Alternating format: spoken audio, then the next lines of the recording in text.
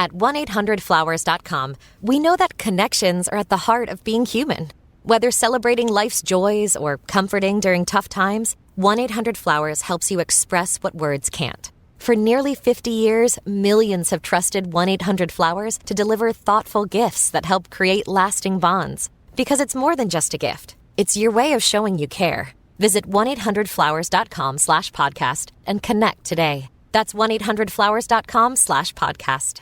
Beautiful Anonymous changes each week. It defies genres and expectations. For example, our most recent episode, I talked to a woman who survived a murder attempt by her own son. But just the week before that, we just talked the whole time about Star Trek. We've had other recent episodes about sexting in languages that are not your first language, or what it's like to get weight loss surgery. It's unpredictable, it's real, it's honest, it's raw. Get Beautiful Anonymous wherever you listen to podcasts. The Murder Shelf Book Club contains disturbing content related to real-life crimes. Listener discretion is advised. Captain John Nesky and a patrol officer went through the door from the garage into the hallway and found a tall young man lying on his back directly inside the doorway, clearly dead from several gunshot wounds to the chest. He was dressed in a gray tank top, blue workout-style shorts, and running shoes. The baseball cap laid nearby. Nesky went through the doorway to the bedroom on the right and found a 5-shot black Ruger .38 caliber pistol on the bed. All 5 shots had been fired. The excited, emotional woman in the driveway told police her name was Pam Hupp. From Bone Deep, Untangling the Twisted True Story of the Tragic Betsy Faria Murder Case by Charles Bosworth Jr. and Joel J. Schwartz.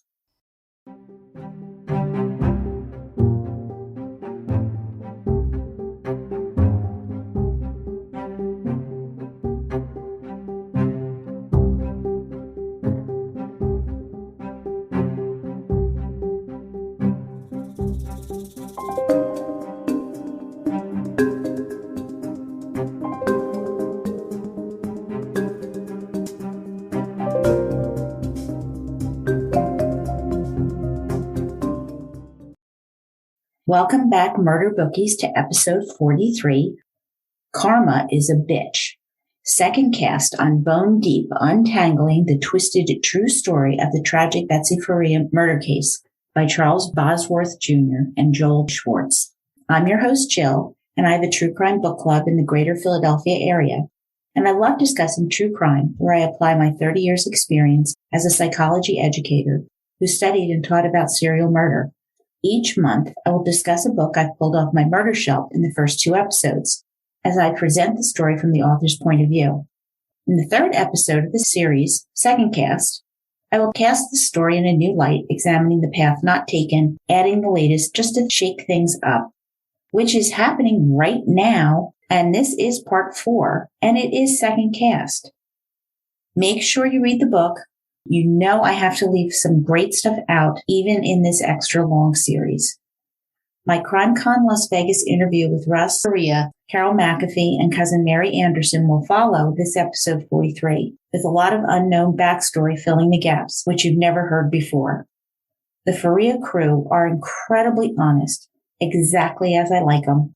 They did not hold back, scooped me up, and made me one of them, and that is appreciated, as they are very special people.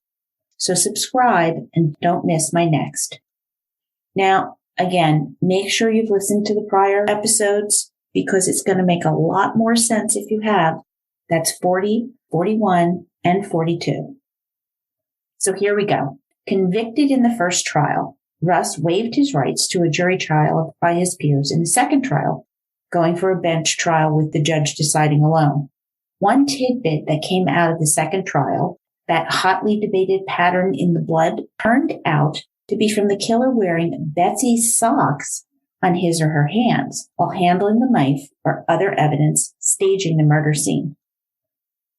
And then came the heart-pounding moment of truth as Russ stood before Judge Stephen Ulmer, who weighed the evidence, finding Russell Stephen Faria not guilty of first-degree murder. Overwhelmed, relieved, so thankful it was finally over, Russ was free to go and live his life. He began adjusting to freedom, going to work for a buddy that ran a motorcycle shop, bought a mobile home, and started renovations on it. He collected Betsy's 2 insurance policies that had been on hold until all the legal challenges were complete. Some of you may know the name Rodney Lincoln and his story of wrongful conviction. Well, he's also Russ's friend, and they both assist the Innocent Project, an organization that works for the exoneration of people wrongly convicted. Both Russ and Rodney are giving back to help others who found themselves in the same situation. A lesson we can all learn, and turning mega sour lemons into lemonade. In January 2016, Leah and Mariah Day sued Pam Hupp to recover the $150,000 of their mother's insurance. Appearing before the St. Charles County Circuit Judge Ted House, attorney David Budge, who had given that all-important new evidence tip to Joel Schwartz as he worked on Russ's appeal, he now argued that by not giving the money to Leah and Mariah Day, Pam committed constructive fraud and benefited from unjust enrichment. Translation? Basically, Pam Hupp stole the girl's money. Pam's new attorney argued that there was no binding agreement requiring her to give the money to anyone. Covered by Fox 2 News extensively, Pam became a sensation, continuing to make bizarre, contradictory comments. So what else is new? This is what Pam does. And now she is out and out denying making any statements that Betsy wanted her to give Leah and Mariah the money. And if she did make those statements, it was only if their behavior improved. Pam admitted lying to Betsy's sister about giving the money away. And she stated that she'd lie, quote, to anyone that would bug me and bug me and bug me and bug me, end quote. The most memorable day came when Pam was asked a question that confused her. You have probably seen the video of this. Circling her arms around in the air, she protested loudly, "Whoa, whoa, whoa, whoa, whoa, whoa, whoa, whoa, whoa, whoa, whoa, whoa," quoting her. Judge Ted House advised her to just say she didn't understand the question from this point forward. Okay. When asked if she still had the proceeds of that insurance, Pam responded, quote, "In November, I used that money to buy a house on the Troy courthouse steps. It was my personal money in my checking account. I still have the $150,000, end quote. Convoluted as ever, I took this to mean she spent the insurance money. But even her lawyer, Michael Cruz, said in his closing that Pam Hupp wasn't a credible witness. But what was actually at stake here is what Betsy Faria wanted. David Budge was even more convinced now that Pam was a manipulative, lying psychopath. Judge House returned his verdict. Pam Hupp could keep the insurance money. There wasn't enough evidence to determine to a legal certainty what Betsy intended. Disappointed, Budge did file an appeal, but the court upheld House's decision. And I'm sure the law is quite specific here, but I just don't get this ruling. Pam is on police video saying Betsy wanted her to take care of the money for the girls. So if someone gets this, could you please update me and let me know? Jill@murdershelfbookclub.com, because I just don't get this.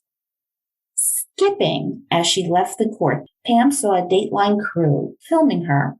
As she crossed the street, her face lit up and Pam shouted, "Say hi to Kathy," referring to Kathy Singer, who produced all the Dateline episodes on the Betsy Faria case right through April 2022.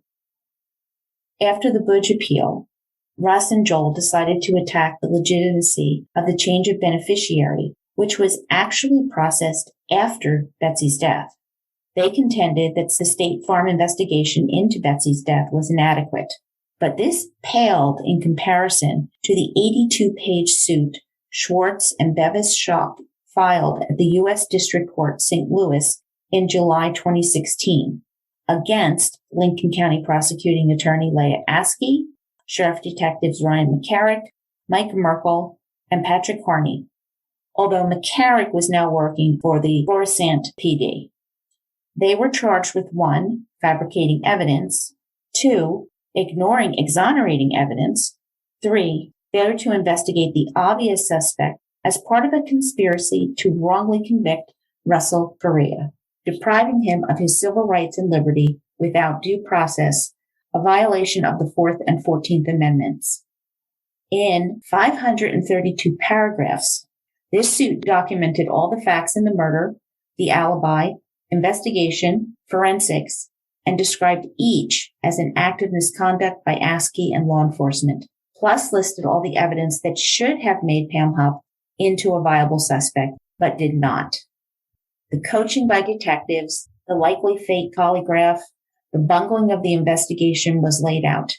They failed to establish probable cause for arresting Russ Faria, but nevertheless conspired to convict Russ of a crime he couldn't have committed, causing emotional distress, fear, anxiety, humiliation, embarrassment, loss of reputation, and years in prison.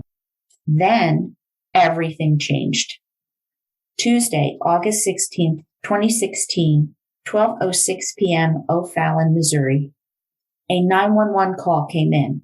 Quote, "Hey, hello, there's someone breaking into my house. Help," end quote. The woman's voice was loud, but unemotional, not urgent for someone reporting a live break-in. A muffled male voice is heard in the background. Quote, "What we did to your wife?" End quote. The woman goes on to say, quote, "No, I'm not getting in the car with you. No, get out, get out, get out," end quote. The caller went on to say help repeatedly, with the 911 operator repeating, "Ma'am, can you hear me?" Seconds later, there were 5 gunshots in rapid succession. After another 7 seconds of silence, another flat, "Help, help," resumed, until she finally responded, quote, "Hello, hello, I just shot an intruder in my house," end quote. She gave her address. She said she didn't know him, that he was still in the house, and shouted that she was going outside. Quote, "Hurry, hurry, hurry, hurry, hurry. He tried to get me in my car, and I ran into the house. I'm in the garage," end quote. When asked about weapons, the woman told the 911 operator, quote, "There's a gun on my bed. I shot him," end quote. She also said to the 911 operator, quote, "Yes, he tried to get in my bedroom after me, and I shot him," end quote. Was she hurt? Quote, "No, he didn't get to me. He didn't get to me," end quote. Her name? Pam. The link to this 911 call is on my blog with some photos, notes, sources at www.murdershelfbookclub.com. Captain John Nesky, who I opened with, arrived, seeing a blonde woman holding a yellow lab dog in the driveway. The door was open on the dark gray SUV, the overhead door to the garage open as well. The excited woman was hollering that she had just shot a man who was lying in the hallway of her house. Nesky and another officer found a tall young man lying on his back, clearly dead from several gunshot wounds. The 5-shot Black Ruger was on her bed, and the woman said her name was Pam Hupp. Her story. Pam was backing out of her driveway when a silver car with 2 men screeched to a stop across the end of her driveway. The man, now dead, ran over and jumped into her passenger seat as the other guy sped off. Pam told police the man called her a bitch and put a knife to her throat, and he told her to drive to the bank to, quote, "get Russ's money," end quote. He was difficult to understand, almost as if he were drunk, but she smelled no alcohol on him. She screamed, "Get out," hit him in the arm, the knife fell to the floor, and she fled to the garage and into the house, with him chasing after her. She tried to call 911 3 times before she heard the dispatcher. She wasn't able to hold the door closed as he was pushing against it. On the phone with 911, she fled into the bedroom and tried to close the door. It has a difficult lock, so she got her gun from her nightstand and turned to face the door just as it flew open. She began to advance towards him as she fired her gun and kept firing until it was out of bullets, dropping the gun and running outside. They asked Pam if she knew anyone named Russ, whose money her attacker might believe she had in the bank. Pam replied, quote, "I don't know anyone named Russ. I don't know what he was talking about," end quote. Interesting, huh? In the small interview room, Detective Kevin Mountain and Detective Matt Wolf listened to Pam Hupp's story, again, of shooting the unidentified young man who tried to pull off a violent kidnapping in a quiet neighborhood on a sunny day. She was shedding a few tears, but was remarkably composed considering she shot a man to death. More details came out. This is Pam after all. And she suddenly realized that Russ had to be Russ Faria, and the money had to be the $150,000 she received from Betsy's life insurance. She said the driver of the car had a buzz cut, dark skin, maybe Hispanic. Mountain realized she was describing Russ Faria. At first, the story didn't seem impossible, but discrepancies began to pop up. To us, red mountains. Pam showed them how she shot the intruder with both hands of her guns while she was talking to the 911 dispatcher. How had that worked? Mountain was also certain that no one in this situation would advance towards an attacker. They would retreat. And listening to the 911 call, it wasn't right.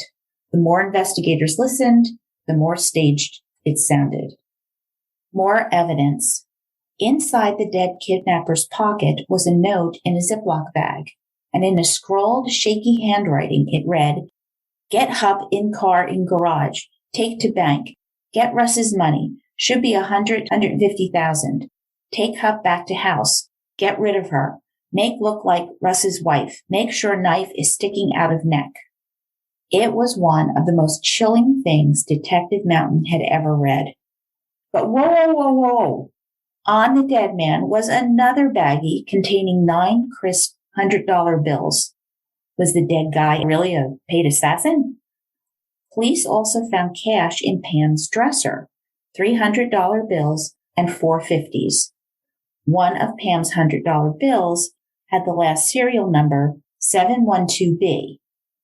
But 5 of the bills in the man's pocket bore sequential serial numbers 713B to 717B. What were the odds that 2 strangers would come to a fatal meeting having consecutive $100 bills in their possession? Why would Pam Hupp share $100 bills with the dead guy? More evidence. The Sudoku knife that Pam knocked out of her assailant's hand wasn't on the floor in the car. It was neatly placed between the front seats, blade down, similar to how Pam positioned knives in her kitchen, vertically stuck between the counter and the stove.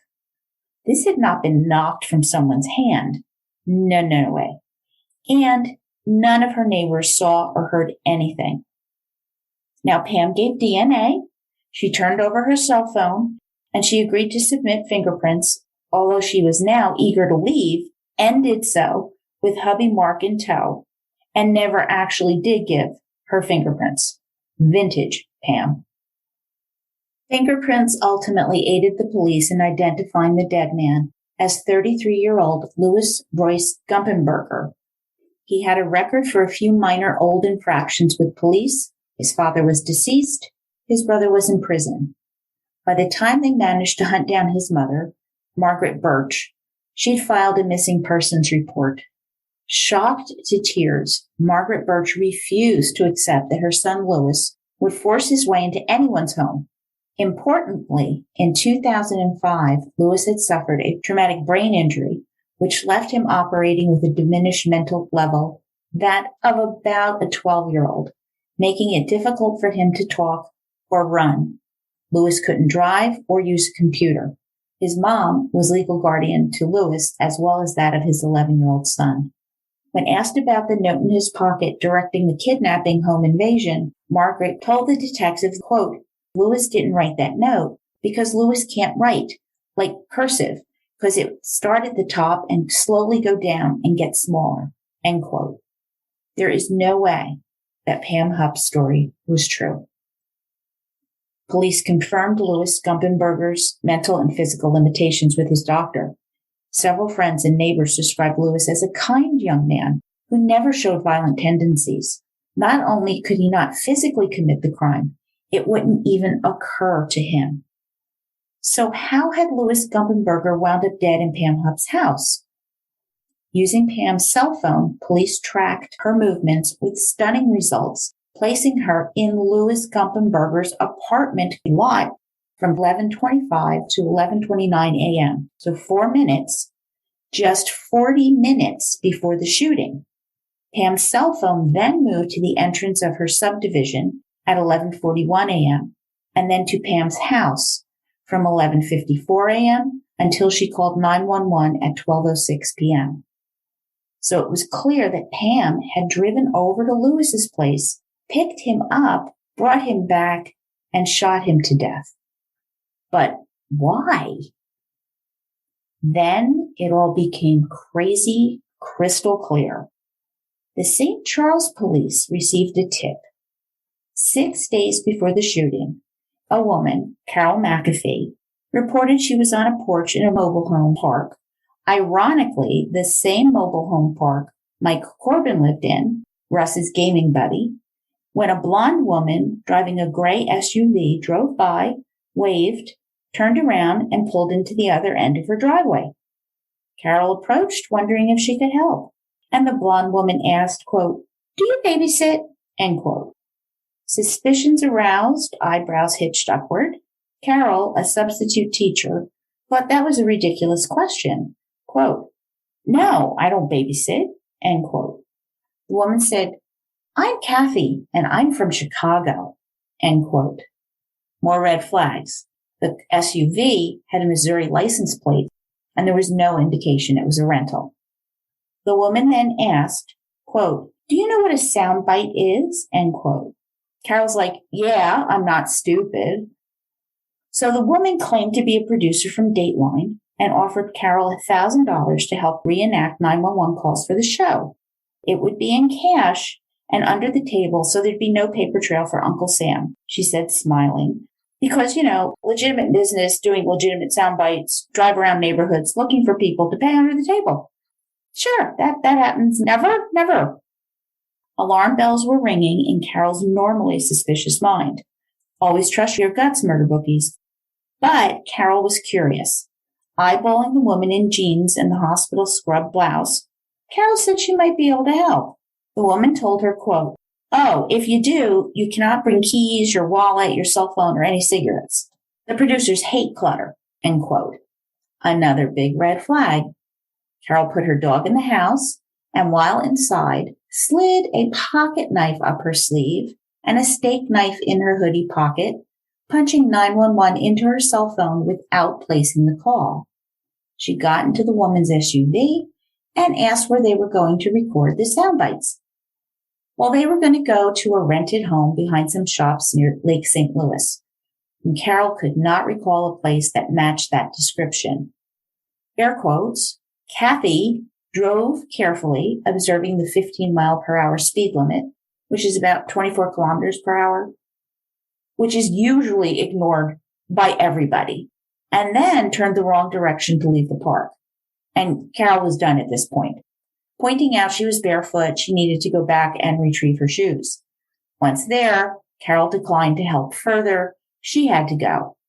Standing outside the car, this Kathy woman asked, well, could she come back in an hour?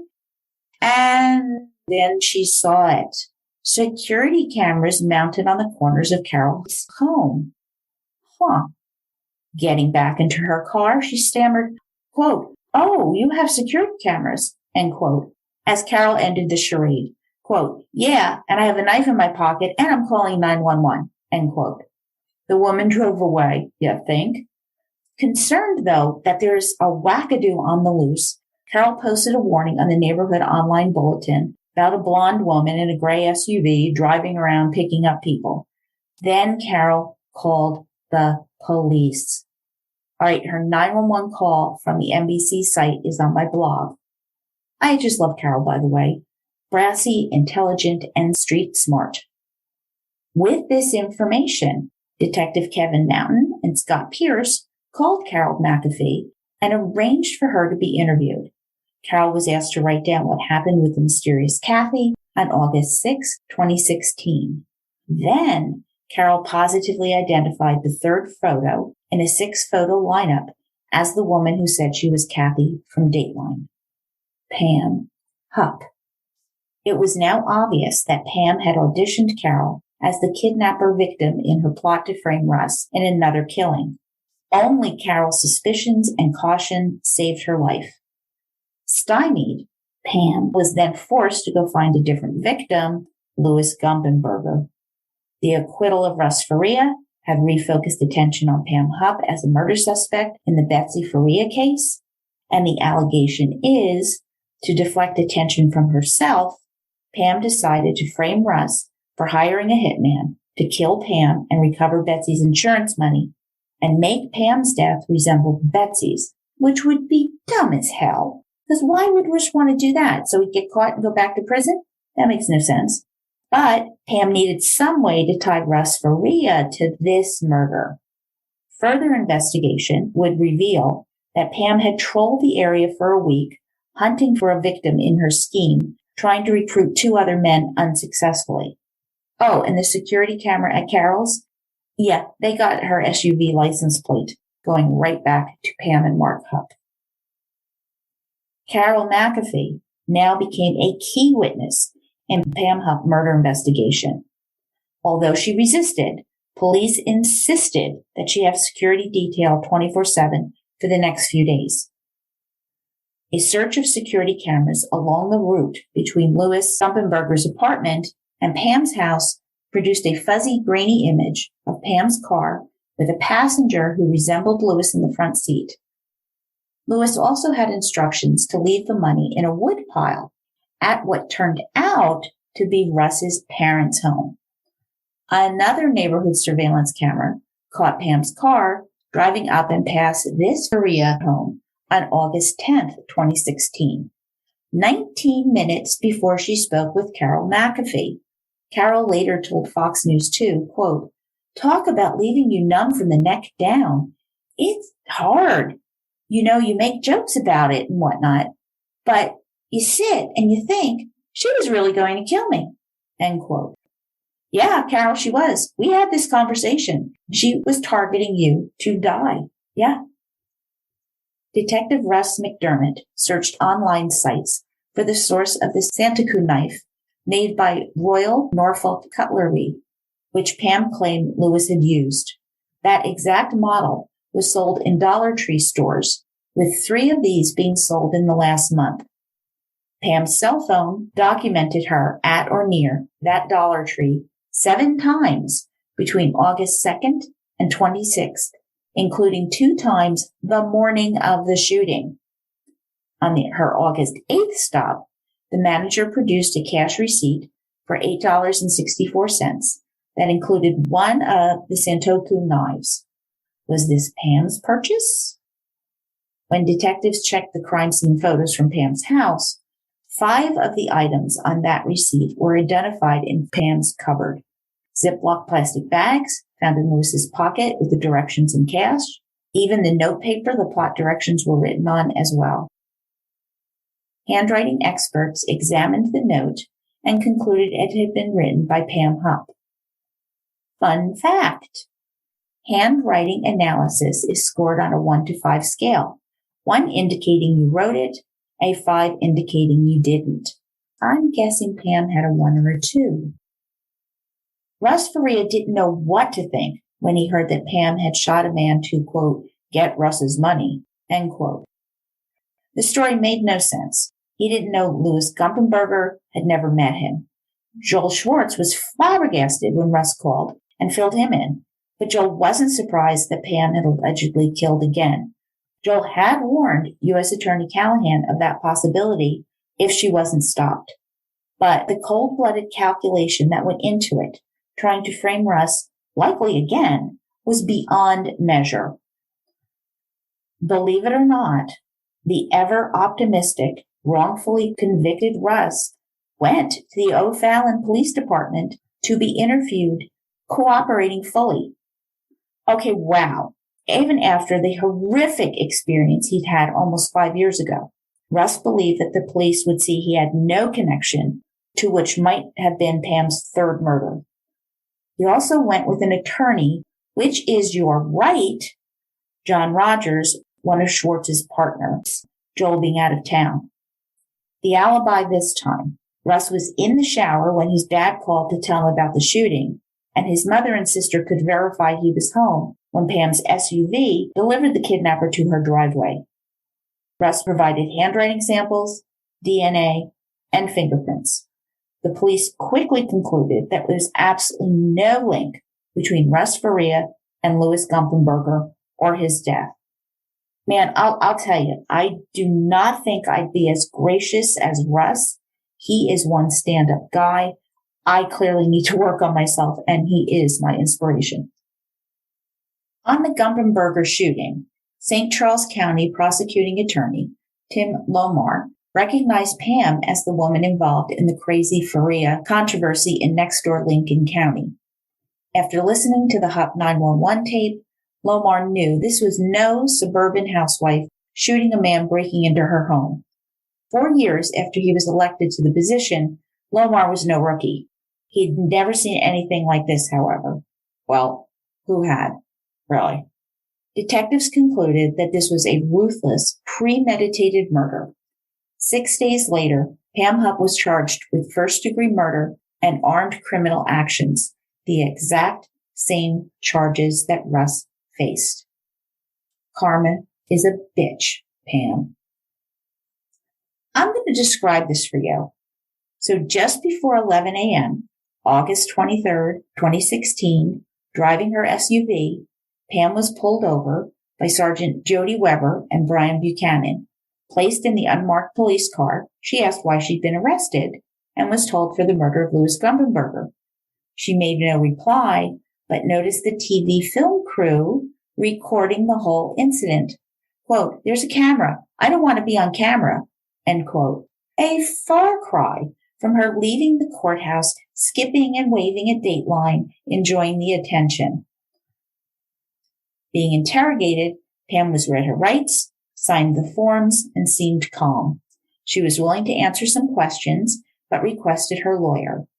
Detective Matt Myers left to go make a call to get her attorney. Meanwhile, Pam fidgeted around a bit, drank some water, and palmed a pen from the table. Soon she was at the door asking to use the bathroom. Escorted by Officer Holly Garza to the restroom, Pam said she had diarrhea. Twice, Garza asked her if she was okay while she waited outside the unlocked door, and both times Pam answered, "Almost done." When Officer Garza heard the faucet, but no toilet flushing, Garza knocked loudly, getting no response. Opening the door, there was blood everywhere. Quote, "Hey, we need a medic in here," end quote. Pam was on her knees, leaning forward with her face touching the bloody floor by the sink. Bleeding from her neck and wrists, her blouse was soaked with blood. Shouting, "Pam! Pam! Pam!" Officer Myers took the bloody pen from her right hand as the other officers grabbed paper towels to try to staunch the blood flow. Pam Hupp had repeatedly stabbed herself in the neck with the pen in a suicide attempt. Eyes closed, but conscious, she said she didn't want to get in trouble for stealing the pen. En route to the hospital, a medic asked her why she did it, and she said, quote, "I don't know why. I was scared," end quote. Surgery was performed at St. Louis University Hospital, repairing most of the superficial damage. She had security at her room for the next 2 days, after which she was transferred to the St. Charles County Jail. Prosecutor Lomar requested a $2 million cash-only bail, which was granted by the judge. The news of Pam Hupp's arrest exploded across the region, her mugshot going viral. Wild hair, a weird smirky frown on her face. There were thick bandages around her throat, hence the nickname Pam Hupp's Maxi Shot. Ouch. I did hear her compared to Gary Busey's mugshot, and I honestly see it. I really do. Russ Faria and Joel Schwartz said what everyone was thinking. If Lincoln County PD and prosecuting attorney Leah Askey had done their jobs correctly and competently 5 years earlier, they would have charged Pam with Betsy Faria's murder, and Louis Gumperberger would be alive today. I have to conclude they have blood on their hands. Leah Askey issued a statement saying Lincoln County officers had been cooperating for months with the U.S. Attorney's Office on a review of the Faria murder. Her office would defer to federal prosecutors for, quote, guidance and direction on any further investigative efforts, end quote. U.S. Attorney Richard Callahan confirmed this. A search warrant for Pam and Mark's 29-year-old son Travis's home was conducted within 3 hours of Pam's arrest. A deposit slip showed that $122,574.84 had been put into Travis's account. A handwritten note in a plastic bag, the third note in a plastic bag linked to Pam Hupp, by the way, read that the Hupp business, H2 Partners LLC, were loaning Travis Hupp the money at $5 a year interest, with Pam and Mark signing. Travis stated that on August 20th, his mom came over, urging him to deposit the money into his account in case the courts froze hers. He hadn't thought twice about it, and he did as his mom asked. The day of the murder, police found Pam's $100 bills, which were evidence. When Mark Hupp didn't respond to their phone calls, they broke down the door and they searched the Hupp home. No luck. They did find a small safe, however, and after tracking down the combination, it contained a tube of KY jelly. Pam's suggestion was clear for all to see. 2 days after Pam's arrest, police asked Mark Hupp to provide fingerprints, DNA, and a handwriting sample. Railing that there was a bigger picture to all of this, that Russ Faria's friends never gave samples, Mark declined to give samples or to cooperate. They never heard from Mark again, but we'll have more on Mark Hupp later, I promise.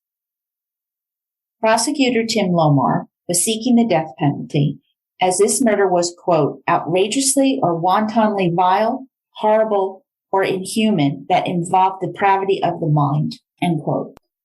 The callousness of choosing Louis as her victim was, quote, random and without regard to the victim's identity, end quote.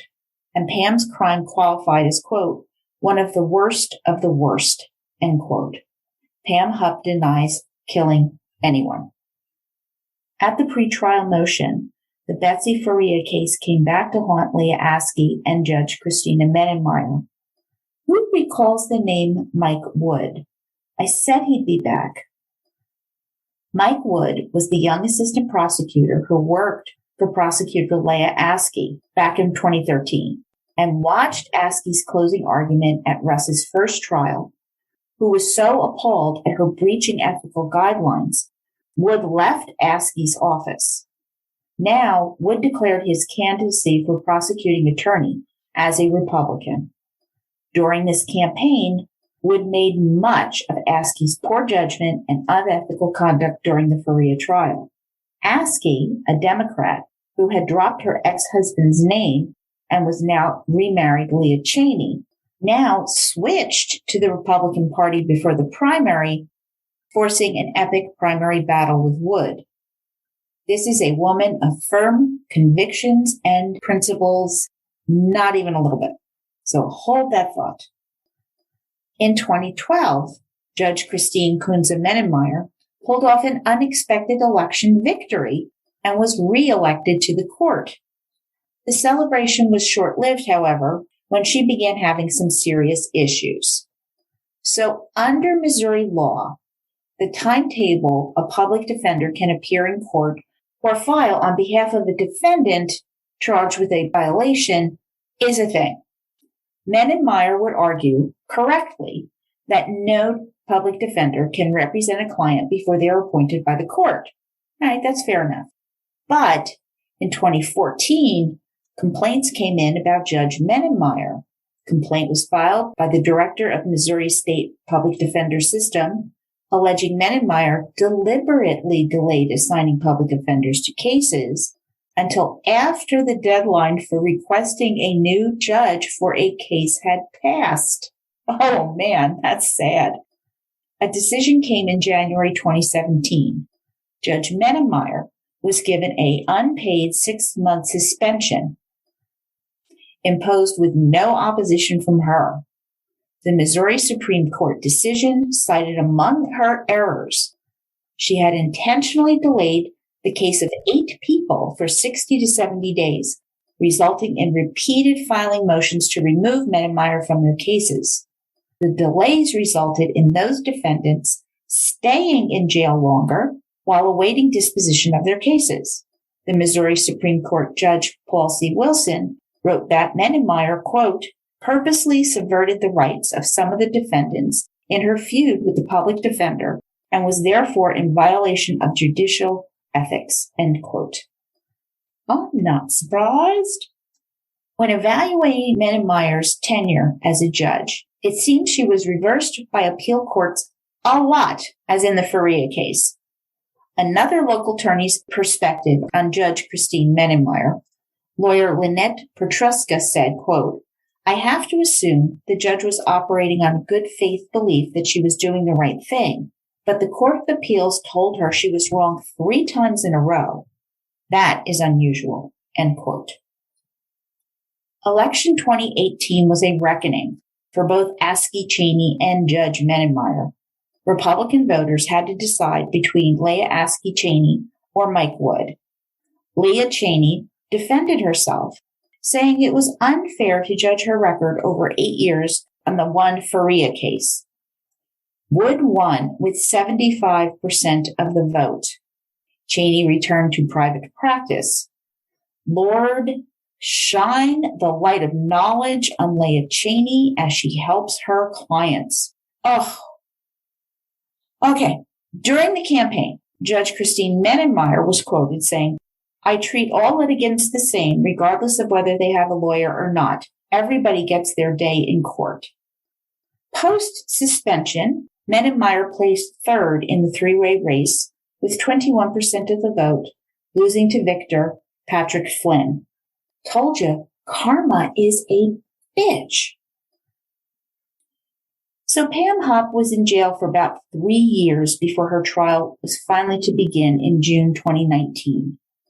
Prison officials told prosecutor Tim Lomar that Pam was telling everyone in jail that she's being held on traffic charges. She had adopted a mother hen role, still trying to exercise her control over others. Pam continued to manipulate, pitting prisoners and even guards against each other. Now, that kind of behavior is an important sign of borderline personality disorder. Everything in your life is peaceful, flowing along, and then a new person comes on the scene. And within weeks, everybody is fighting with everybody else. Aha! New person is a borderline. Pam's lawyers, Brad Kessler and Nicholas Williams, were fighting hard with the death penalty on the table, convincing the St. Charles County judge that there was way too much pretrial publicity to get a fair trial. He decided that jurors would be chosen from 250 miles away in Platte County, north of Kansas City, Missouri. The mysterious death of Pam's mother, Shirley Newman, was prohibited from mention at trial. However, evidence from the Betsy Faria murder could come in, given the note specifically mentioned Russ's money and making Pam's death look similar to Betsy's. Early spring 2019 brought possible plea deal negotiations, which of course went back and forth. In the May 2022 Dateline episode, a prisoner phone call conversation between Pam and Mark Hupp is played, with them deciding whether or not to take the deal. She tells him it's a no-win situation, that she did the right thing. Mark replies, quote, I don't know how it's not a win situation if you did what you did for the right reasons, end quote. And Pam told him, right, I did. Mark says, quote, I don't know how you can be held accountable for that then. If it was me, I wouldn't admit something I didn't do, end quote. Pam also explains that this is the best deal that they offered. So I think this gives us a little bit of insight into the Pam-Mark marriage. He's all in. He believes Pam. He's not looking at the evidence. He just believes his wife. He's not looking at the evidence. Not yet. With the agreement of Louis Gumperberger's mother, Prosecutor Lomar proposed that if Pam would plead guilty to first-degree murder, he would drop the death penalty in favor of life without parole. The defense proposed if Pam could enter an Alford plea, she wouldn't admit she committed the murder, but she would agree that the prosecution had enough evidence to convict her in a trial, and then she would accept the plea.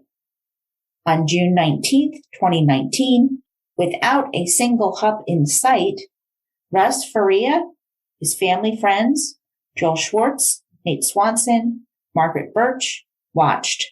The chunky blonde was gone, replaced by a gaunt, gray-haired old woman. Judge John Cunningham recited the facts of the Gumperberger case and confirmed Pam was voluntarily pleading guilty. After a long, hesitating, awkward pause with tension building, Pam finally confirmed she was pleading guilty. With the Alford plea, Pam didn't have to take responsibility for the murder of Louis Gumperberger. And in another phone recording with Mark Hupp, Pam actually gloats about not having to take responsibility for the murder. But it is still a life sentence without the possibility of parole, and she will die in her prison cell for the murder of Louis Gumperberger. But who is Louis Gumperberger? I mean, he's a lot more than just Pam Hupp's victim. He was a son, brother, lover, father, friend. Born February 17th, 1983 in Sullivan, Missouri, he is an Aquarius. He is the son of Margaret Birch and Michael Kenneth Gumperberger, growing up with brothers Michael and Robert Gumperberger. Louis also had two stepbrothers, Adam and James Birch. His grandfather, Carl Birch, loved his grandson very much, as did his uncles, David and Jean Birch, and stepmother, Melba Birch. So we're talking a large extended family. His mom described Louis as a mama's boy. Repeatedly, those who knew him spoke of him as a kind person, full of infectious laughter, triggered by his great sense of humor. Louis was genuinely a sweet guy, a flirt, and a very good friend. Shannon Zoll, Louis's former girlfriend, spoke warmly about him. They met through friends back in middle school, speaking on the phone for 3 months before they even met in person. Kind of sounds like today, actually. Shannon described Louis as outgoing, outspoken, and was into Taekwondo. He loved to be the center of attention and was so much fun to be around. His favorite actor? Jim Carrey. Shannon and Louis had 2 children together, Desi Ray and Trevelyan Lloyd. And while fatherhood came as a surprise at first, Louis loved being a dad doting on his kids. While Shannon and Louis broke up romantically, they remained good friends and go-parents, with Louis actively involved with raising his kids, who loved Uno. Loved that card game. After his death, Shannon's daughter, then 8, said that her dad was a hero. He was like a dad to everyone, and he'd never hurt anyone. And their son spoke of his dad visiting him in his dreams, assuring him that everything is all right. Disabled in that 2005 car accident, Louis's dream of being a Taekwondo black belt ended with him 1 belt away.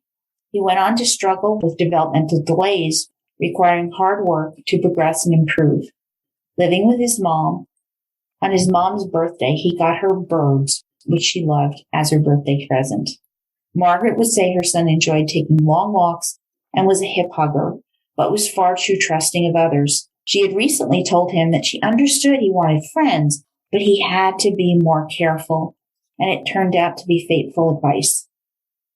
In August 2016, Louis was looking forward to the future, excited as he had a job interview scheduled on August 17th with the St. Peter's business that works for the disabled. Katie Jones, the program director, told Fox 2 Now that Louis hadn't shown up for the long-awaited interview. Quote, "It was odd he didn't show up because he really, and I mean he had come up here so many times wanting the job, so we knew something was off for him not to show up for the interview." End quote. The morning of August 16th, 2016, Gumperberger helped his 11-year-old son get ready for school just like any other day. Margaret Birch went into her room and came out to find Louis gone without his keys or wallet. By the time school was over, Louis had not come home. When Louis's mom called Katie Jones to say she couldn't find her son, everyone realized that this could be more serious than forgetting the time. Margaret Birch filed a missing person report with the O'Fallon PD. When they showed up later in that day, she was initially relieved that they found Louis so quickly, only to be shattered when they learned that Louis had been shot to death in Pam Hupp's home. with her claiming it was a home invasion. Mrs. Birch quickly put that to rest, telling them of Louis's disability and that there was, quote, no way in hell he could break into anyone's house. He couldn't move his right side. He can barely hold a spoon, end quote. So quickly, Pam's story is unraveling and she's becoming the prime suspect. Director Katie Jones said, quote, Louis was a very kind person. He was gullible. I would say that about him. He was agreeable, but like I said, not a violent person. So again, disbelief, because I couldn't understand how the situation would occur. How he, who doesn't drive himself, who has a disability, a traumatic brain injury, how the situation could even come about, end quote. One reason that Louis was such a great candidate for the job with Jones is that he had formerly worked for BCI Packaging, who issued a statement learning of Louis Gumperberger's death. Quote, BCI received notice of a tragic incident involving a former employee. On Thursday, August 18th, our organization was contacted regarding the killing of Louis Gumperberger during a complicated and unfortunate situation. In this sensitive time, we understand there may be confusion and concerns regarding this heartbreaking occurrence. An investigation is underway, and BCI Packaging will do everything possible to work with the authorities regarding this matter. In 2014, Louis ended his employment with BCI Packaging, and we are deeply disheartened to learn of this event. The entire BCI Packaging organization extends its deepest sympathies to all who are affected by this distressing incident, end quote. That's stand up. Yeah, they did the right thing there. It was left to Louis's mom to break the terrible news to her grandson that something had happened to his daddy. Mrs. Birch told KSDK that she sat down with Trevelyan and said, quote, your daddy's in heaven and he won't be home waiting for us, end quote. There is a GoFundMe page for Louis's family and children, and I have it linked on my blog if you would care to donate. Immediately after Louis was killed, Shannon Zoll was in shock, simply horrified. For days, she thought Louis was a burglar, a criminal, but she also knew in her heart it could not be true. When Shannon learned of the plot that had killed Louis, she said, quote, it was a relief to hear he was not a burglar, that this woman did this and he was innocent, like I knew the whole time. It's hard to handle knowing this woman's past now. When I am speaking to someone about it, saying her name makes me sick. The Louis I knew before the accident, if someone had come up to him and offered him money to do anything, he would have been very suspicious, end quote. With time to reflect, Shannon gave us this 2019 update. Quote, I've been angry. I've been really, really angry. And it's easy to be angry. It's easy to chastise Lincoln County. All that stuff is easy. It's easy to say it shouldn't have happened. The hard part is now that she's been sentenced and there's no more court dates. The hardest part is remembering Louis. The good part is sharing with everybody about Louis. We got robbed of that. It didn't matter how old our son got. His daddy would want to sit in the back with him most of the time. Nobody got to brag about how far he's come since the accident, end quote. Well, that is the downside of Pam's Alford plea. No actual trial, no big day in court. On Oxygen's Snapped, as reported by Fox 2 News, Margaret Birch commented that Pam was still acting arrogant and prideful about her college degree. And then pausing, Margaret Birch asked a poignant question. If she's so smart, why is she sitting where she's sitting? Spot on, Mrs. Birch. And, of course, she also remembered her son as a dad. Quote, he was an excellent father, loved his babies. He always put his kids first, always. Anyone that knows Louis knows that he made mistakes, but also knows he has a good heart, end quote. At sentencing, Margaret Birch told the judge that her now 15-year-old grandson still suffers from nightmares about the cold-blooded murder. She said, quote, he's terrified to go to school or spend the night with a friend because he's afraid I won't be here when he gets home, end quote. Proud grandma, she added that her grandson, quote, looks just like his late father and misses that his daddy can't spoil him anymore, end quote. She now believes that the money Pam offered would have been used to pay off some family debts. Quote, Louis died trying to provide for his family. End quote. What a damn shame. Louis survived this terrible head injury only to have the unthinkable happen when Pam drove up to him randomly on August 16th, 2016. Carol McAfee was in court at Pam's sentencing too, and she caught Pam's attention. Quote, I want you to know I'm the one who put you here, bitch. End quote. Whoa. Pam's attorney complained. Sure he did. Good for you, Carol. Wearing a pin with Louis's face on it, Crystal Kahn, Louis Gumperberger's half-sister, delivered a tearful victim impact statement, saying that, quote, Hupp has done nothing but cause heartbreak and grief to so many families, and called her a serial killer, monster, and a coward who took an innocent man away from his children. Pam made no statement. Later, Crystal told the St. Louis Post-Dispatch that she remembers Louis for his corny laugh, love of his mother, and devotion to his 2 children.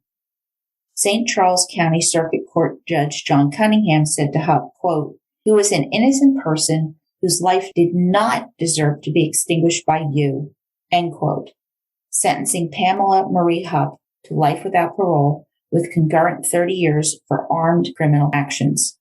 At the following press conference, Tim Lomar praised the Fallon PD for a brilliant investigation, describing this plot of Hupp's as, quote, like something a middle school kid would come up with to write a crime story, end quote. Lomar also made it very clear Russ Faria had nothing to do with this kidnapping murder plot. Pam Hupp was now allegedly linked to 3 separate deaths, Betsy Faria, Shirley Newman, and Louis Gumperberger. She would never take a step as a free woman again. Almost 2 years after Louis's death, Margaret Birch revealed that her life since Pam Hupp emptied her gun into Louis, quote, has been hell. Every day I remember my kid, end quote. And while she doesn't believe she will ever forgive Pam Hupp for killing her beloved son, she believes that Louis would, because he was that kind of guy. Over in St. Charles County, Prosecutor Mike Wood reopened the investigation into the death of Betsy Faria, commenting later that, quote, for law enforcement to actually come out and say we believe there was a shoddy investigation and we believe it should have gone the other way, for that to be publicly said means a whole lot, end quote. Well, yes, indeedy. I am very impressed by Mr. Wood. He is an honest man. Dateline's Keith Morrison's unmistakable voice asked, quote, where does it live, evil, end quote. I do a really bad Keith Morrison impersonation, clearly. I apologize. September 27th, 2019, an episode aired called The Thing About Pam, 5th on the Faria Hupp case. It was screened in a New York theater with Russ and Joel attending, and the ratings were amazing, with only those of O.J. Simpson and John Benet Ramsey, which was the subject of my previous trilogy, drew higher ratings. In May 2020, with NBC announcing a 6-part podcast that would be based on the 6-part scripted TV series, with Renee Zellweger playing Pam, Josh Duhamel as Joel Schwartz, Judy Greer as Leah Askey-Cheney, and Katie Mixon as Betsy Faria. This was so well done. Use the magic of on demand or watch on Hulu. It is well worth it. In 2016, Russ filed a lawsuit against police defendants McCarrick, Merkel, Harney, Lincoln County, and prosecutor Leah Askey-Cheney. In a 2019 decision, the U.S. District Court Judge John A. Ross removed Askey-Cheney from the suit due to prosecutorial immunity. Quote, the decision of a prosecutor is to file criminal charges, which is within the set of core functions which is protected by absolute immunity, even if the prosecutor makes that decision in a consciously malicious manner or vindictively or without adequate investigation or in excess of his jurisdiction, end quote. Well, isn't that fantastic? So protection for the malicious, vindictive, and incompetent prosecutor. How very 18th century. This has got to change. Lincoln County as a government entity was also left off the hook by the ruling. However, the Lincoln County Sheriff's Department, Sergeant Ryan McCarrick, Detective Mike Merkel, and Detective Patrick Harney's request for summary judgment was denied by the court, and much of what Russ alleged was affirmed.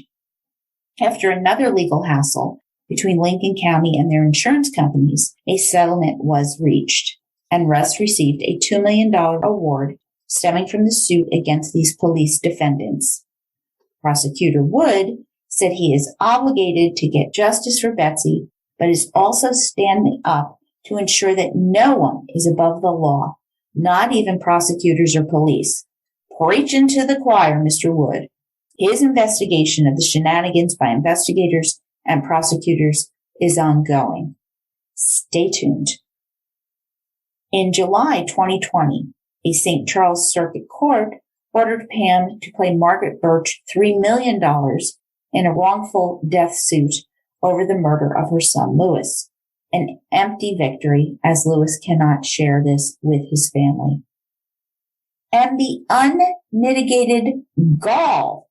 All right, September 2020, more twists and turns. Pam Hupp tries to withdraw her Alford guilty plea, blaming COVID-19 for missing the February 2020 deadline to file a petition. Judge Cunningham denied her in February 2021.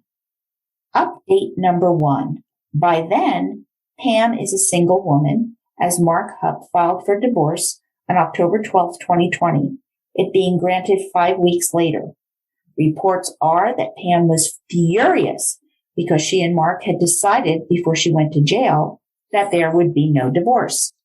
Mark Hupp's new wife, yes, he remarried, is also named Pam.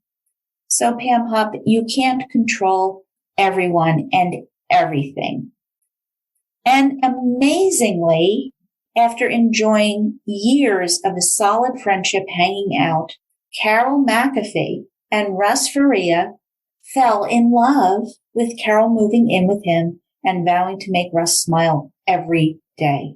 She totally gets that part of his heart will always belong to Betsy, which means to her that he is a man of integrity. Bravo, Carol, for being secure, confident, and level-headed, and being the right woman for a good man like Russ Faria. Now, there are many questions, but the $1 million one is, what the hell caused Pam to launch at age 53 onto a path that led to the murder of possibly 3 people? Well, here's where the psychology kicks in for me. Some background on Pam. Pam Marie Newman was born in October 1958, the third of 4 children growing up in a middle-class family in Delwood, a suburb of St. Louis. Dad was a lineman for the electric company, and Mom Shirley, who we've talked about, was a primary school teacher. Reports have it that the Newmans were functional alcoholics who could be verbally and once in a while physically abusive. Pam developed a rebellious streak growing up, making her a bit of a loose cannon, according to those who knew her. Now, we know she has no filter for sure. Even so, she was a happy kid, goofy, fun-loving teenager, willing to try anything once. A good athlete, Pam played shortstop in her high school softball team, did gymnastics, and was on the pom-pom squad. Smart, but easily bored, she hated school. A boy she dated in high school took her to prom, and then the cliche was they had to get married a few months later, and their daughter Sarah was born in March of 1978. While her husband had a soccer scholarship to Washington University, he soon realized that this was not going to work with a wife and a child, so he took a job as a carpenter. Pam had taken classes too, but dropped out. Short of money, conflicts mounting, they went through an ugly divorce in 1983. By now, Pam was dating Mark Hupp, who had played minor league baseball. They married in November of 1983. Moving to Florida, Pam earned a degree in computer science, and their son was born in 1987. Pam began working at State Farm Insurance and continued working there when they moved back to St. Louis in 2001. So far, she is a perfectly normal person. But there were signs. First day at State Farm, Pam met Betsy Faria. None of her colleagues described Pam as violent, but the words vindictive and difficult were tossed around often. Reports indicated she hated her mother, Shirley, and avoided her even after Pam's dad died in 2000. When Pam's married daughter excitedly shared that she was bidding on a house in foreclosure, Pam told her it was too expensive for her and then outbid her by $1,000, buying it right out from under her. Pam then sold it for a profit, her selfishness on display for all to see. Who does that to their own child? Pam Hupp. A longtime friend of Pam's, Barbara Conti, was interviewed on Dateline in April 2022. 20 years before, they'd met and were drawn together, being two of the very few 40-somethings living in the neighborhood, and the couples would, go out for dinner and do stuff. Barbara described Pam as intelligent and someone who liked to beat the system. She liked to win. Yeah, you can ask Sarah about that. Barbara Conti also shared a story about the neighborhood where she and the Hupps lived. Out of the blue, Barbara received a couple of nasty letters, mailed, typed. Barbara had read one, and then she happened to speak with Pam about it. And Pam told Barbara a story that she'd been over at another neighbor's, and they were being derogatory about Barbara, about her dog barking, her plants, pots, all kinds of stuff. Pam suggested they were pretty drunk, but maybe they wrote it. While Barbara Conti was surprised at this, I am not surprised. This is what those with borderline personality disorder do. They stir the pot and they get neighbors fighting with each other. Drama. In my humble opinion, she's borderline, having stormy, unstable personal relationships with people. Her mom, her ex-husband, her children, her coworkers, her friends, acquaintances. In the end, we don't know who wrote the malignant letters. And the Contis and the Hupps moved out of the neighborhood and lost touch.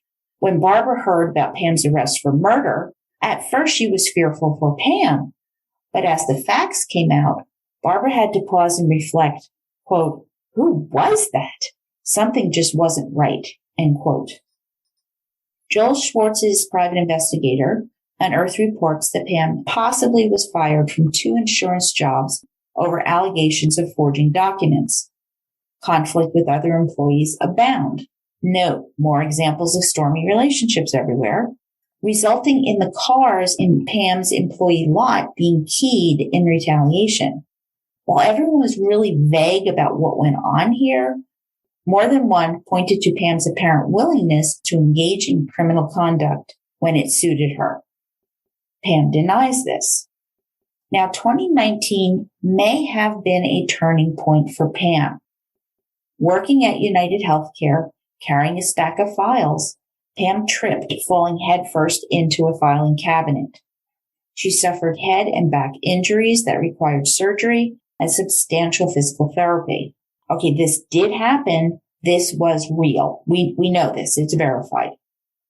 Relatives say there was a big personality change stemming from this brain injury, which means she may have damaged her orbital frontal cortex. That's the front part of her brain in the fall. The orbital frontal cortex is a mechanism for controlling impulsivity. Plus, it plays a role in our ability to empathize. Once damaged, personalities can become more irritable and depressed.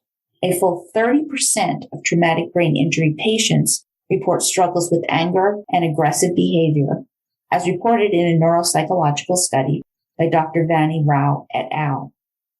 That seems to match what's been observed about Pam Hupp post-injury. Overstimulation can be a problem too, and a person can lash out.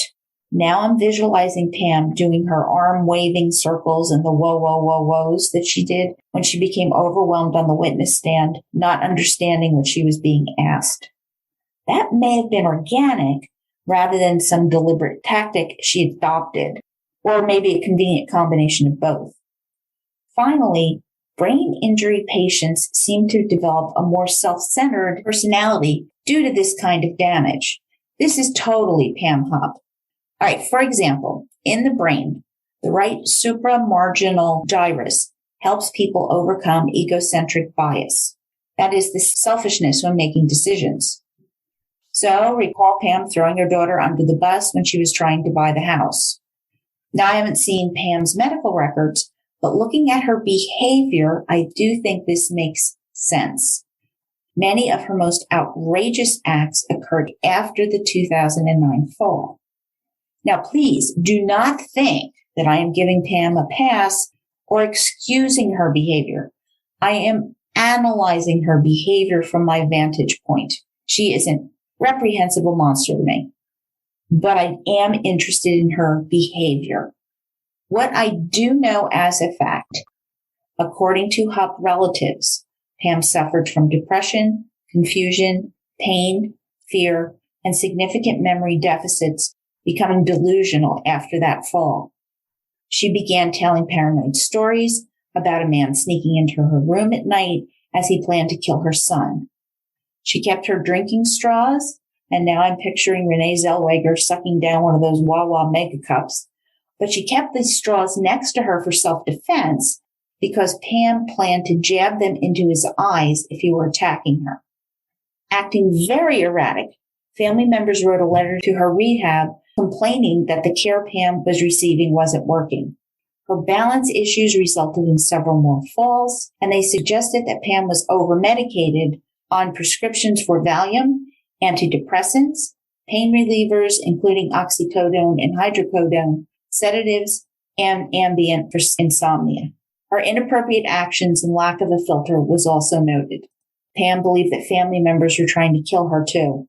The family was actually worried that Pam was poisoning relatives' dogs because she didn't think they were being cared for properly. So this is a disturbed thinking pattern going on here. It was a family insider who suggests that Pam's outrageous comments and erratic behavior and deadly turn stemmed from the brain injury.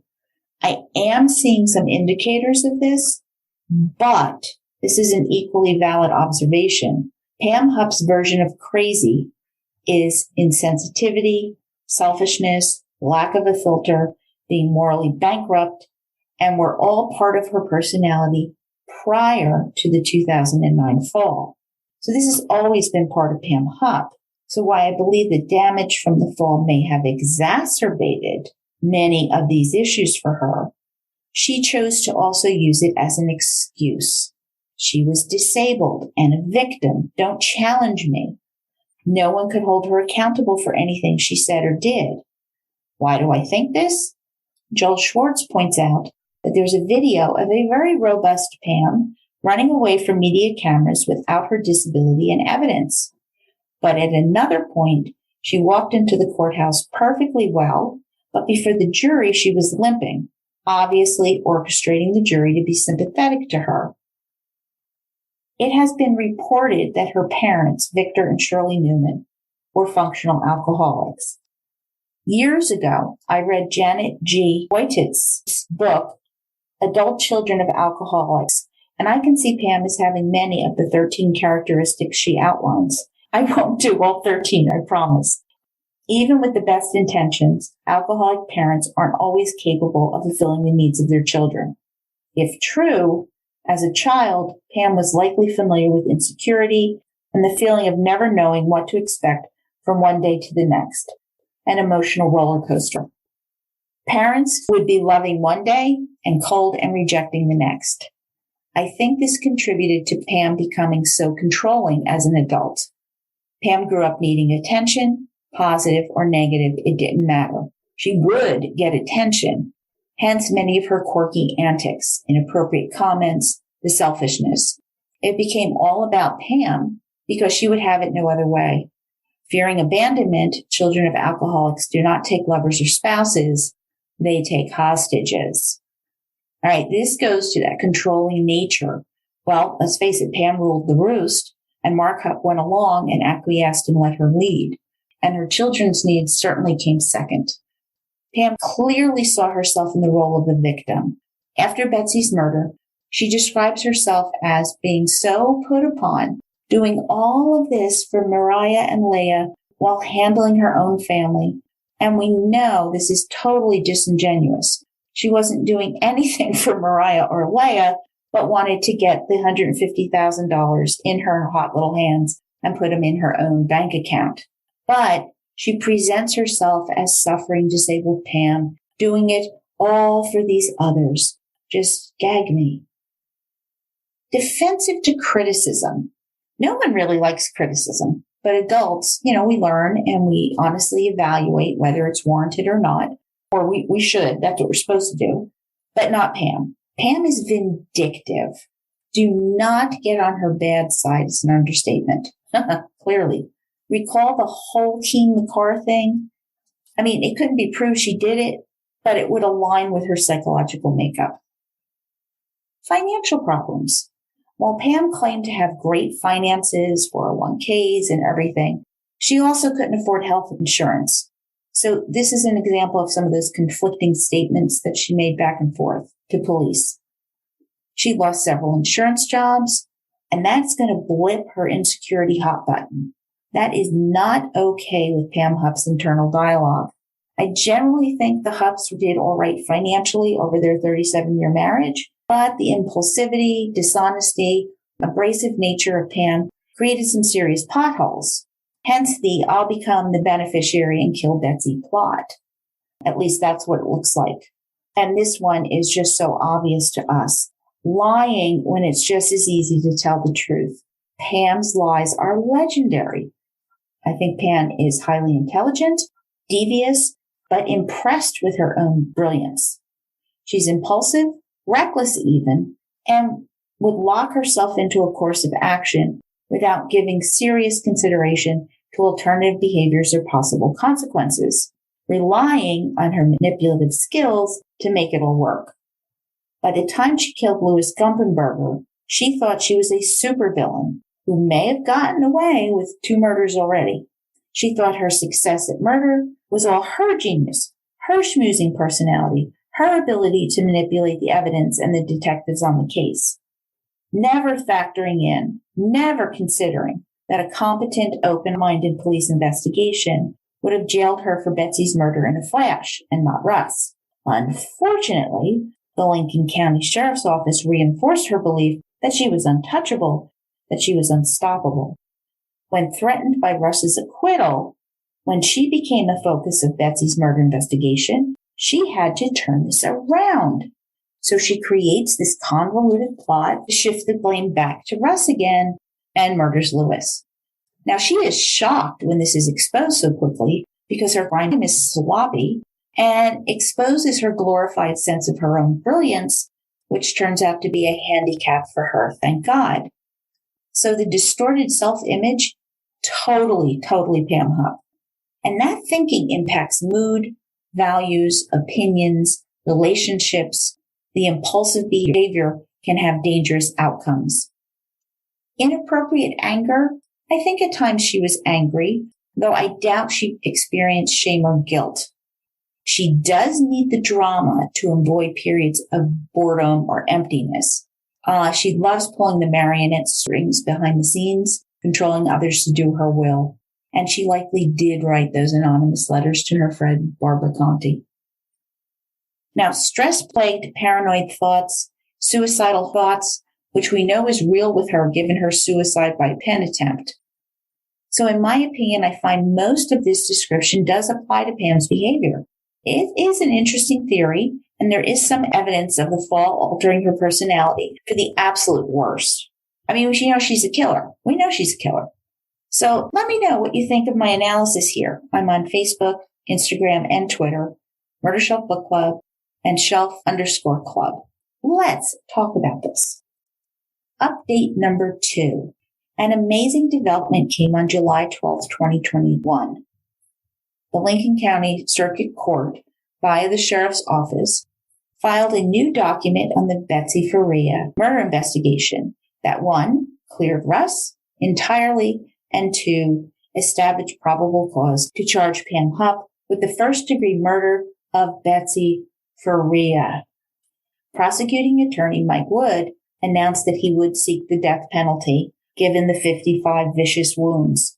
At the press conference, Wood said, quote, "I came to the conclusion that beyond reasonable doubt, Pamela Hupp murdered Betsy Faria, and her motivation was simple, for greed," end quote.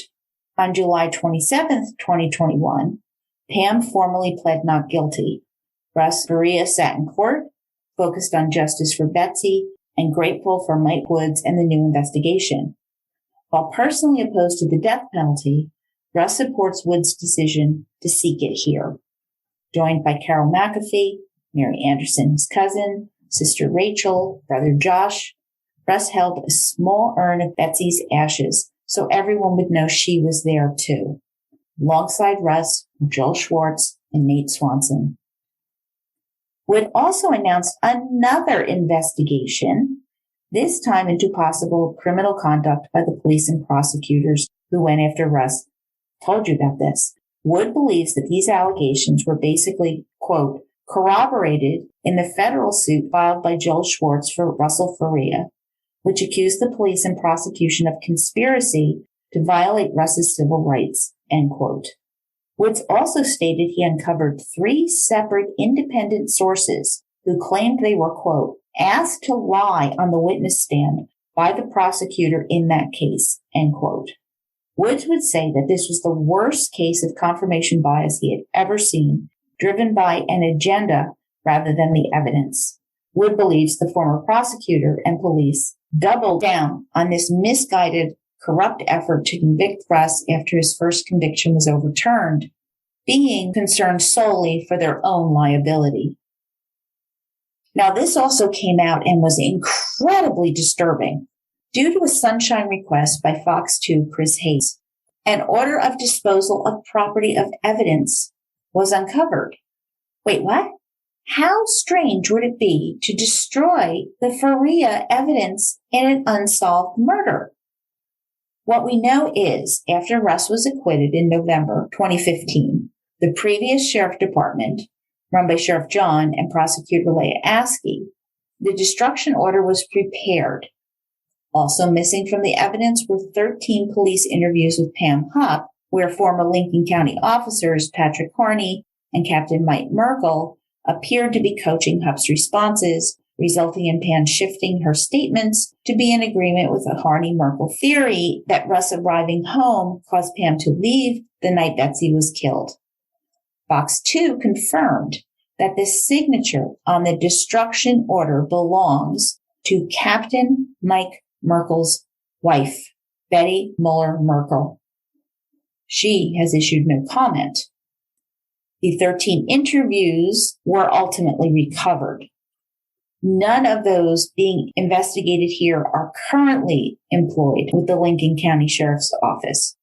And to protect the Faria evidence, it was turned over to the St. Charles Police for safekeeping.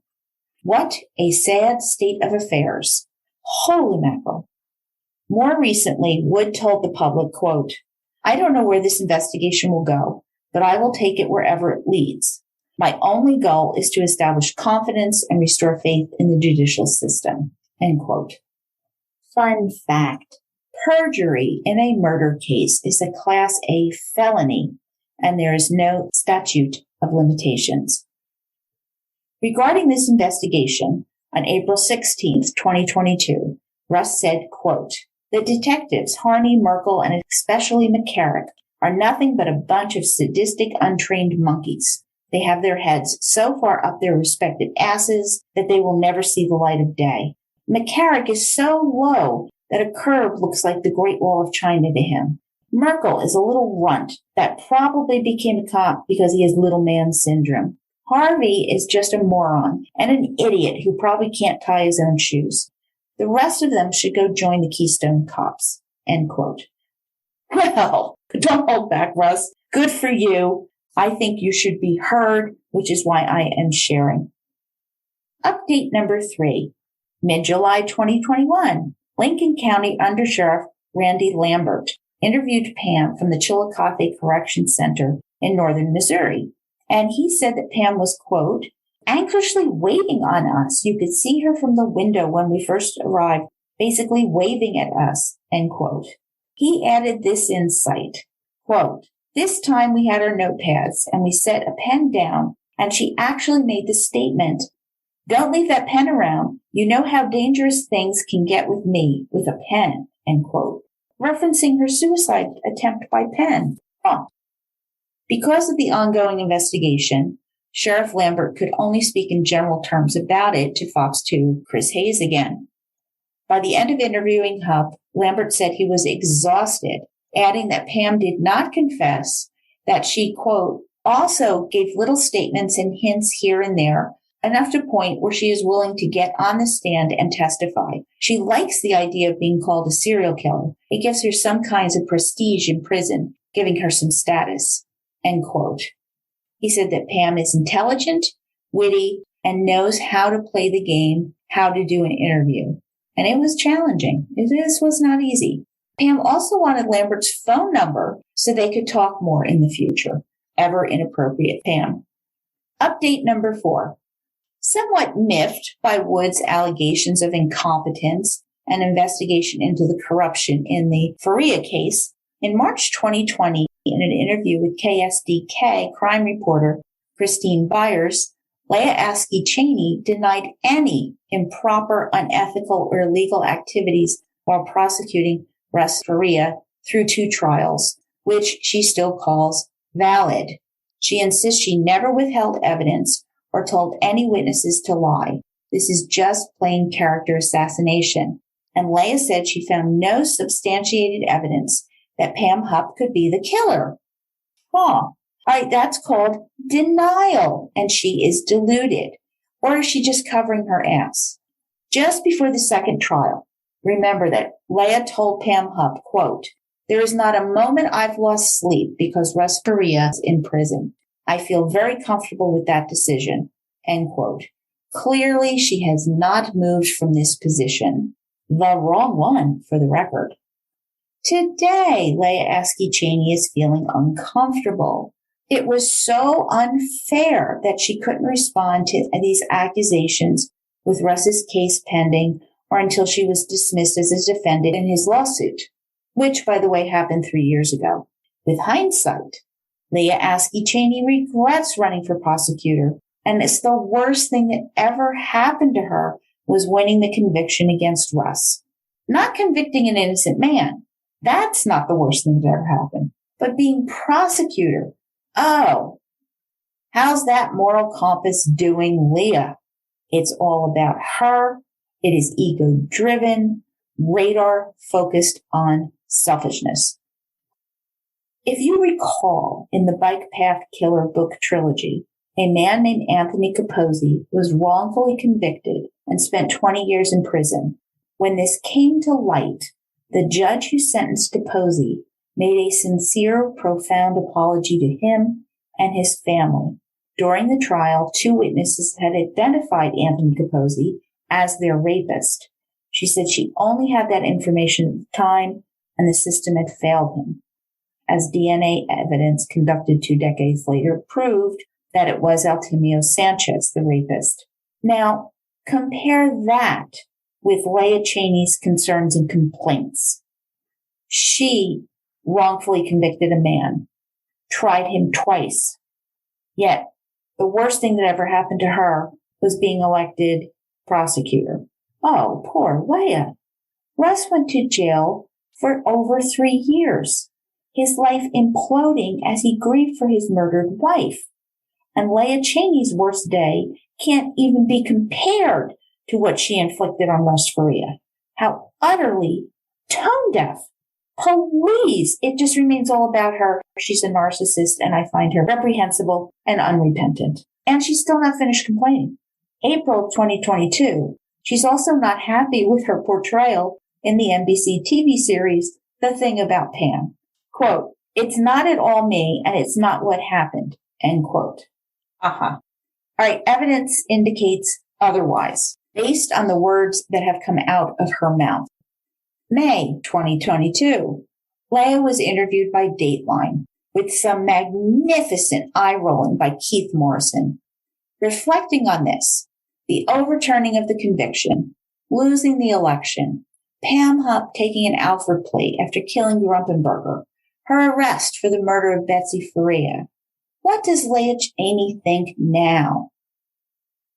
Keith asked her, quote, maybe she could change direction, end quote, and her response, it's not my place to change direction, with Keith interrupting her, saying, quote, it's totally your place to change directions. That's what you do. You're a prosecutor, end quote. Keith asked her if it was possible that she, quote, had fallen hook, line, and sinker for every dodge, every ruse that Pam Hupp put out there to make it look like Russ was a murderer and not her, and that maybe it's you who are the dupe, end quote. And Leah says, quote, I've been duped before. Wouldn't surprise me at all to find I've been duped. I can tell you I can only base my decisions off my training, my experience, my education, and my moral compass, end quote. Asked if she still believes Russ is guilty, she stammered, quote, I have never been presented with any information that suggests that someone else committed this crime, end quote. Wait, what was it Judge Ulmer said about the first trial? That it was disturbing? So go read the first trial, Leah. She is rigid, self-centered, and completely morally bankrupt. And she doesn't get it a decade later. She lives her life through denial. She's speaking as a prosecutor, saved with broad, corrupt prosecutorial immunity, and she's not being held responsible for any miscarriage of justice, nor the deadly consequences, and certainly not as a person. Where is that moral compass now, Leah? Detective Raymond Floyd, who helped put an innocent man in jail, has spoken out as well. He is upset at the dark comedic aspects of the thing about Pam.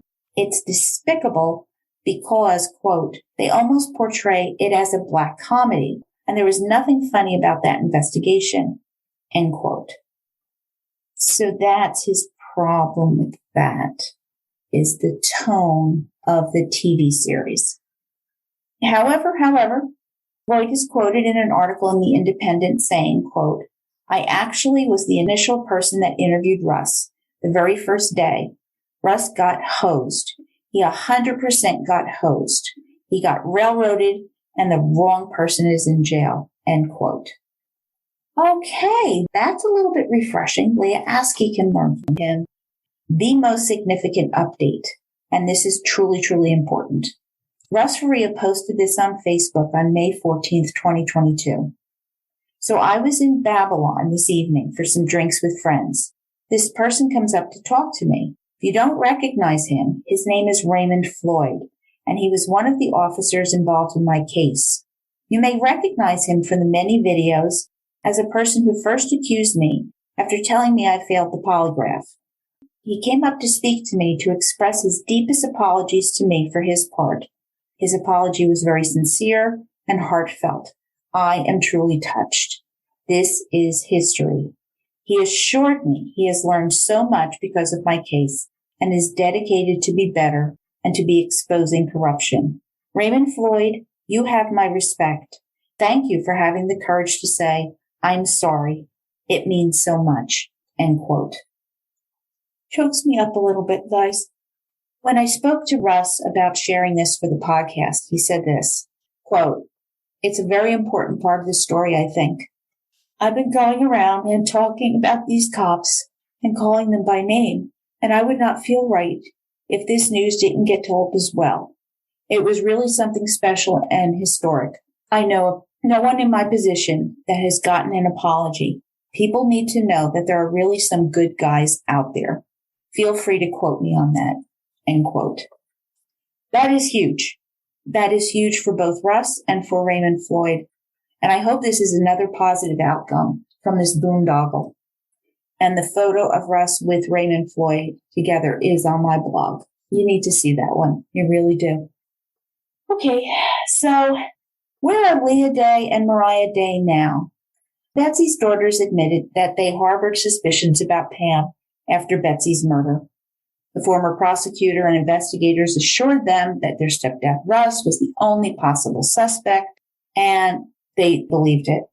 In February 2020, Leah told writer Christy Marotta, quote, "I kept thinking something was wrong, something was off," end quote.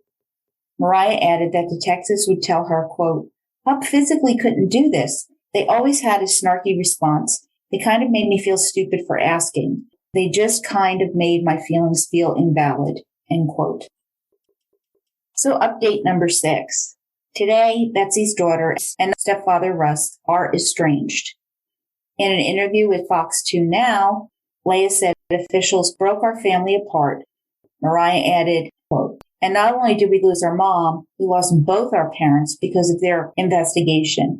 If there's something I could say to Russ, from the bottom of my heart, I am so sorry for all the things you went through. If I could go back, I would, but I can't change the past, so we can just move forward and hope for justice," end quote.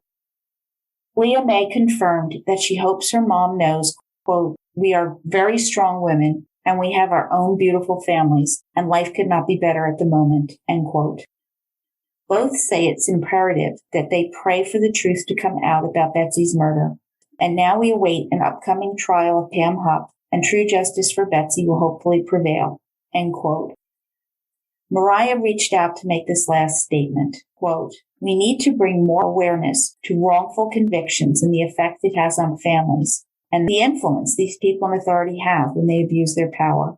I am glad to see where the investigation goes with the initial corrupt investigation of my mother's case, and I hope those individuals are held accountable for their actions and negligence," end quote. We agree 100%, Mariah.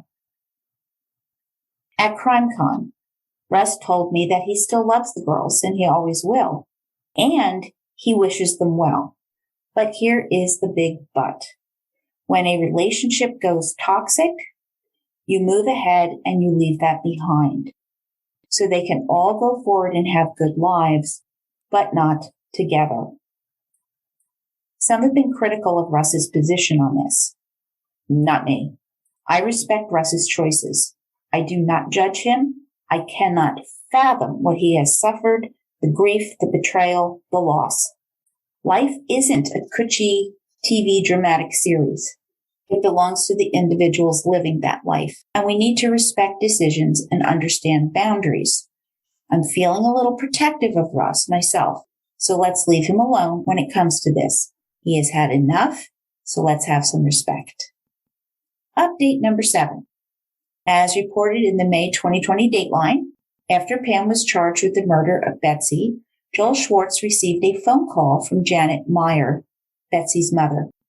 She was crying, and she made Joel promise to tell Russ that she was sorry, cursing Askey and Sergeant Ryan McCarrick, who had convinced her that her son-in-law, who she did love, committed this horrific crime. It is sad, and truth will set you free, and I truly hope Janet is okay. Fortunately, today Russ is happy with Carol McAfee in his life. Russ is ever the positive thinker, quote, "Out of all this bad, and this bad, evil person, I mean, she's evil incarnate. If it weren't for her, I wouldn't have met this lovely lady here. And I think we both make each other pretty happy," end quote. And this makes me smile, like the whole egregious situation coming full cycle. And their news is Carol and Russ got engaged in October 2021, with Russ planning their wedding. Update number 8. I wanted to share with you something Carol told me with her permission. When she first caught the interest of the media, she had a broken front tooth cap. And people can be thoughtless and cruel, commenting on this in social media like they do. Why hadn't Russ fixed this for her? He's got money now. Pretty woman, but fix the tooth, and other nasty cutting comments. Well, this is the gist of Carol's response. I'm a grown woman. I have my own money. I work 2 jobs to save up to fix my tooth, and it's my tooth. I'll fix it myself. Russ's money is his money, not mine. It's also blood money, so I will wait and pay for it myself, which is exactly what she did. Now, I think this tells us all something about the caliber of this woman and why she's so special to Russ. She is vibrant, strong, has immense common sense, and doesn't expect Russ to pay for everything for her. It is not about the money. She is not a gold digger. It's about integrity, loyalty, respect, love, and fun. I wish them every happiness, and they deserve it. I consider them my friends. So rethink some of the nastiness that runs on social media, people, because we can choose differently and we can do better. Today, Russ is working in that motorcycle shop. He's working on the Innocence Project. Quote, "It's my way of giving back because I could still be in prison today. I could still be there right now fighting for my freedom." End quote. Though he will always love and miss and mourn Betsy, he avoids bitterness by valuing Pam Hupp being held into account, her being behind bars for the rest of her life. He cannot wait to testify at her trial, something that he did not do at either of his, and he relishes being able to speak the truth and see her convicted for murdering Betsy. He admits to being angry at Judge Christine Menenmeyer for the injustice she inflicted upon him. Russ Faria focuses on this statement, quote, "The best revenge is to live well," end quote. And I love that. I really love that. Now, here is a treat for you, just to have a little bit of fun with some of you out there. I asked some of my murder bookies a few questions on Facebook in the Thing About Pam group. What was, the evidence that you cannot believe Prosecutor Leah Askey dismissed? How excited were you when you learned about Russ and Carol getting engaged? And here's a few of their responses. Josie Lane wrote, "The enactment with Louis, shooting him in cold blood while she was sure for him to stand on the little baby rug so her carpet wouldn't get stained with his blood. 2, Leah would not allow Joel to bring up Pam's name in the Betsy Faria case. And that's a slam dunk for me. And 3, maybe she and Russ were lonely and needed companionship. If Russ is happy, I'm happy for him." Josie, Carol and I talk more about this in our interview, and that's coming up in 2 weeks. Patty Miller Post, "When she killed Louis, looking out for a potential victim is weird, but for me that just showed how callous she was. But for her to actually find a victim and then go through with killing him with no regret to anyone is when it hit me as to what she was all about. The piece of evidence Leah Askey dismissed, that Pam was the last person to see Betsy. I mean, really, how the hell can you even dismiss that? But she sure did, didn't she? I was glad to hear that something good came out of this in regards to Russ and Carol getting engaged. Congrats to them both. Kirsty Carey, "The fact that Pam inserted herself into Betsy's life, starting with her reestablishing a friendship post Betsy's cancer diagnosis, speaks volumes. Regarding any assumptions regarding Russ, I'm appalled that they did not even swab Pam's car and instantly eliminate her in spite of all the changing details. Regarding Russ and Carol, it is interesting. It's so nice they found each other." Liz Gullis, "I know this took place later, but the way Pam and her husband skipped out of court really got to me." Oh, that bugged me too. It totally did. Dina M. Havind, "The piece of evidence, the time-stamped food receipt." But Leah Cheney says she's never seen a piece of evidence that showed anybody else could do it. So it had to be Russ, even if he did have all this evidence that he couldn't do it. Anyway, that wraps up episode 43 on Bone Deep, untangling the twisted true story of the tragic Betsy Faria murder case by Charles Bosworth Jr. and Joel J. Schwartz. Read the book. It is my sincere wish for you. The CrimeCon interview is coming up next. You are going to learn a lot of backstory, a lot of missing puzzle pieces, and it is an eye-opener, full of lessons about dealing with adversity as well. And my next book is American Predator by journalist Maureen Callahan. I hope you've been reading along, because this is another book that leaves you shaking your head. For 14 years, Israel Keys was one of the most ambitious and terrifying serial killers in modern history. Terrifying. He abducts his victims in broad daylight and kills and disposes of them in mere hours. And then he would return home to Alaska, resuming his life as a construction worker and dad to his daughter. Chilling story. Thank you for listening. Please leave a 5-star review and buy me a coffee if you can. The link is on my blog. Reach out to me on Instagram, Facebook, or Twitter. shoot me an email at jill@murdershelfbookclub.com. I'd love to hear from you. Murder Bookies, happy reading. Trust your gut. Source material, snack and drink information, show notes, photographs are on my blog as well.